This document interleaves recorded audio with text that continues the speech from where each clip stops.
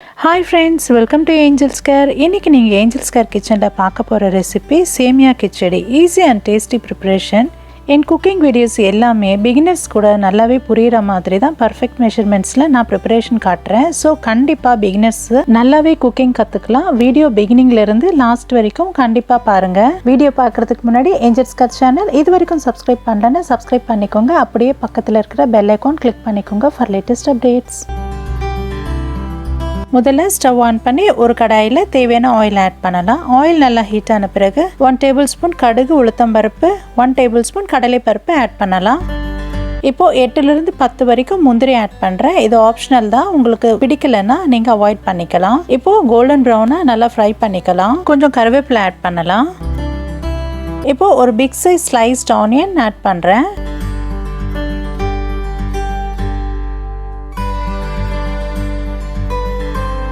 ரெண்டு chopped chillies.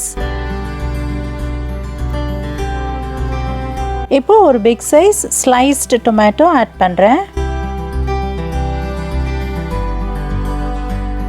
1 table spoon மஞ்சள் தூள், தேவையான சால்ட் ஆட் பண்ணிக்கிறேன். தூள் ஆட் பண்ணி நல்லா மிக்ஸ் பண்ணிக்கலாம். நல்லா ராஸ்மெல் போகிற வரைக்கும் மிக்ஸ் பண்ணிகிட்டே வாங்க.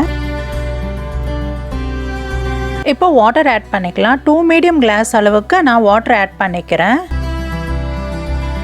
தண்ணி நல்லா கொதிக்கட்டும். தண்ணி நல்லா கொதிச்ச பிறகு இப்போ சேமியா நம்ம ஆட் பண்ணிக்கலாம். நான் ஒரு பேக்கெட் சேமியா ஆட் பண்ணுறேன். ஒரு பேக்கெட்டில் 200 கிராம்ஸ்லேருந்து 250 கிராம்ஸ் வரைக்கும் இருக்கும். நான் சேமியாவை உடைக்காமல் அப்படியே போடுறேன் முழுசாக. உங்களுக்கு வேணும்னா 2 3 கூட நீங்கள் உடைச்சி நீங்கள் ஆட் பண்ணிக்கலாம். இந்த மாதிரி சேமியா போட்டு இதில் கரண்டியால் இந்த மாதிரி சேமியாவை தண்ணிக்குள்ளே ப்ரெஸ் பண்ணுங்க.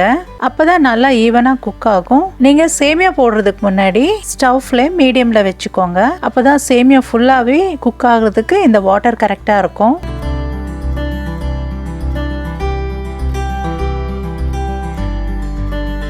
இப்போ நல்லா மிக்ஸ் பண்ணிட்டு லிட் க்ளோஸ் பண்ணி வச்சுக்கலாம் ஒரு 2 மினிட்ஸ்க்கு. இப்போ 2 மினிட்ஸ் ஆயிடுச்சு. நம்ம லிட் ஓப்பன் பண்ணி பார்க்கலாம். பாருங்க நல்லா சாஃப்டா வெந்திருக்குது. சாஃப்டாவும் இருக்கு, உதிரியாவும் இருக்கு. எப்பவுமே சேமியா கிச்சடி பண்ணும்போது வாட்டர் கரெக்டா ஊற்றணும், இல்லைன்னா சேமியா குழையிறதுக்கு சான்ஸ் இருக்கு. ஸோ வாட்டர் மட்டும் பர்ஃபெக்டா வச்சிங்கன்னா சேமியா நல்லா இந்த மாதிரி உதிரியா வரும். இப்போ சேமியா கிச்சடி ரெடி.